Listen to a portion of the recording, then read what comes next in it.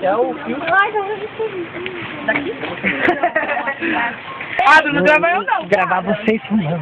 Eu não vou. Dá o... Posso pra eu? Ela não fuma. Posso? Ela é... Fica assim na mão mesmo? Vamos ficar todo mundo. Morango, aparece na nossa câmera. Dá um tchau. Morango, maçã, risoto.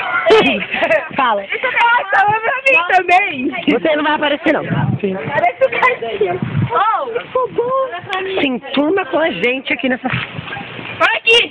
Olha aqui, ô pisca-pisca de macumba. Dobra a língua da... Não passou. Você já falei que você tem 1 quilo de língua? O que é? Cala essa boca. Fala, Nego Blue. Fala, Nego Blue. É, nego. Para de passar a mão nas minhas coxas. Tava loiro, parecia o meu. Eu te contei que você parecia Dercy Gonçalves quando eu acordava?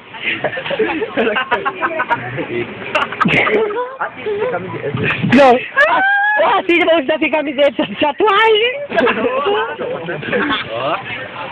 Pisca. Você tem um cérebro de macaco. Para de... Ah, mano, chupa meu ovo. Ah, coitado. Vai, dá o óculos da menina. Você tem que tomar muito fermento pra isso. Coitadinho. Grava as meninas pra você não... Botar no Face, nossos 10 prêmios. Mas eu comprei. Ah, eu sei de vocês. É, Pamela Frederic. Não tenho feito. Você manda convite pra mim também, que eu não... Morango e cereja. Vocês podem parar de tirar foto. Vai. Olha aqui, você me respeita, meu. Venha, Vocês parem de ficar zoando meus amigos, tá? Porque eu não gosto.